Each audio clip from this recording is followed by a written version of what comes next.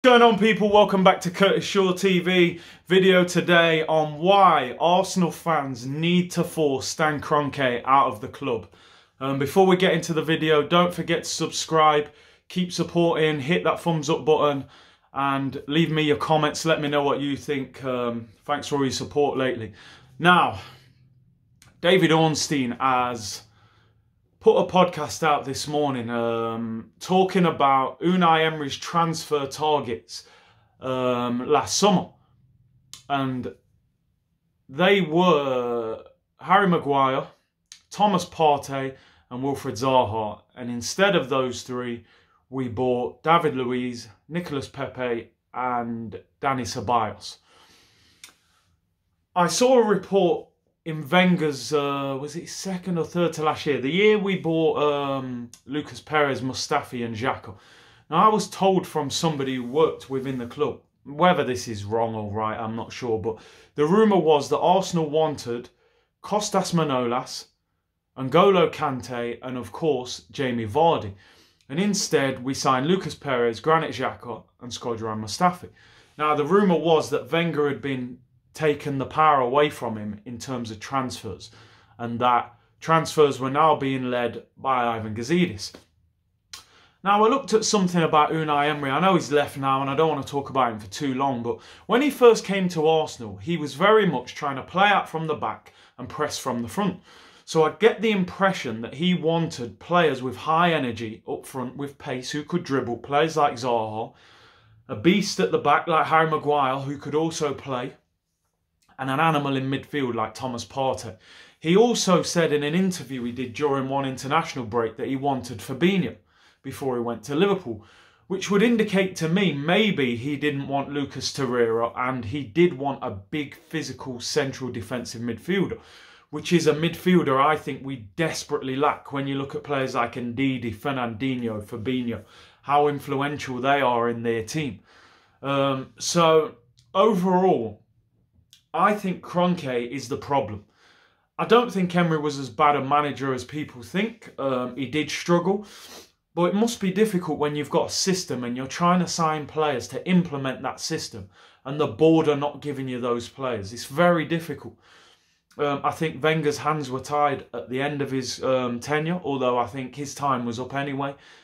And Emery, you could argue, wasn't backed sufficiently, although the club did sign players. They didn't sign players within the mould that he wanted, which is very difficult. Now, we're being linked with managers today like Niko Kovac, Marcelino, Mikel Arteta.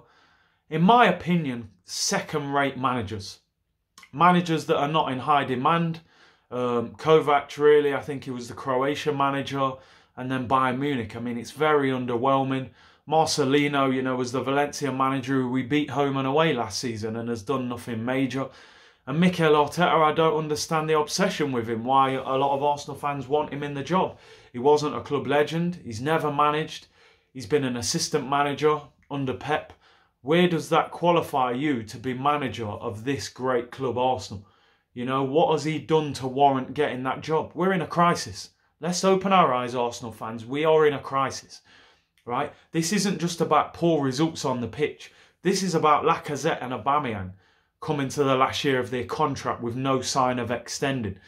This is about lack of transfer funds and inability to go and buy players in the positions we need. We need a top quality commanding centre-back.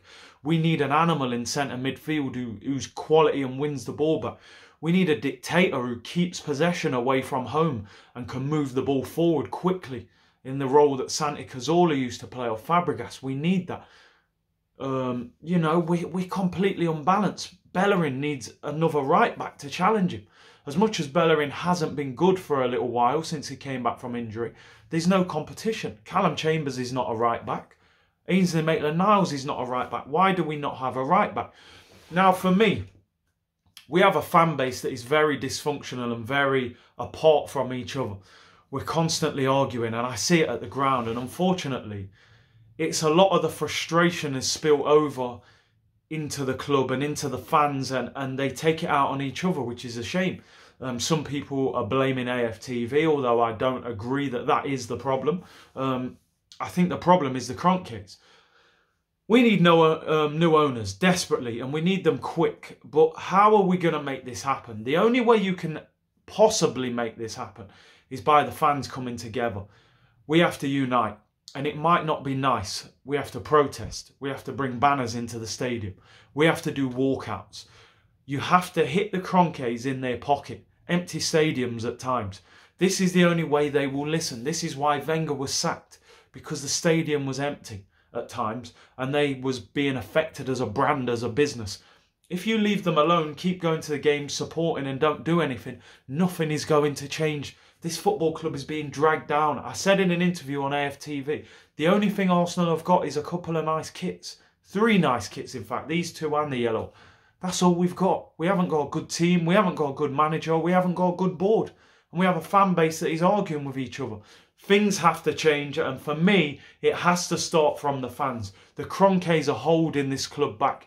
Imagine where we could be if we had Manchester City's owners. Just imagine that. Or we had Roman Abramovich. You know, Usmanov wanted to be that guy, but he wasn't backed. The fans didn't make noise at that time, and he left the club. And now we've got the Kroenkes who own 100% of the club. We have to be that change, in my opinion. And I think it's time to act. And I've said this a few times. I don't have the following that some of these bigger influencers have. It's going to take a movement. We need people to constantly start with that message that we have to make a change. Let me know what you think. I mean, I think it's interesting that Emery wasn't backed, didn't get the players that he wanted, therefore couldn't implement his system.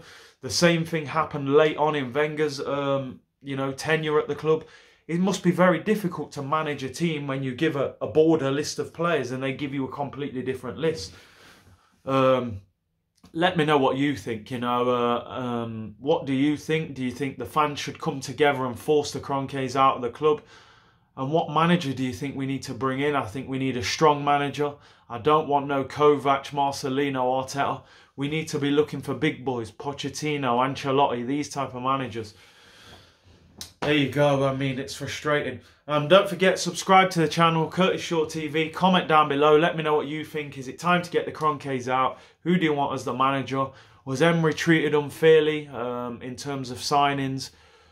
And are we good enough as a team to move forward? Bless.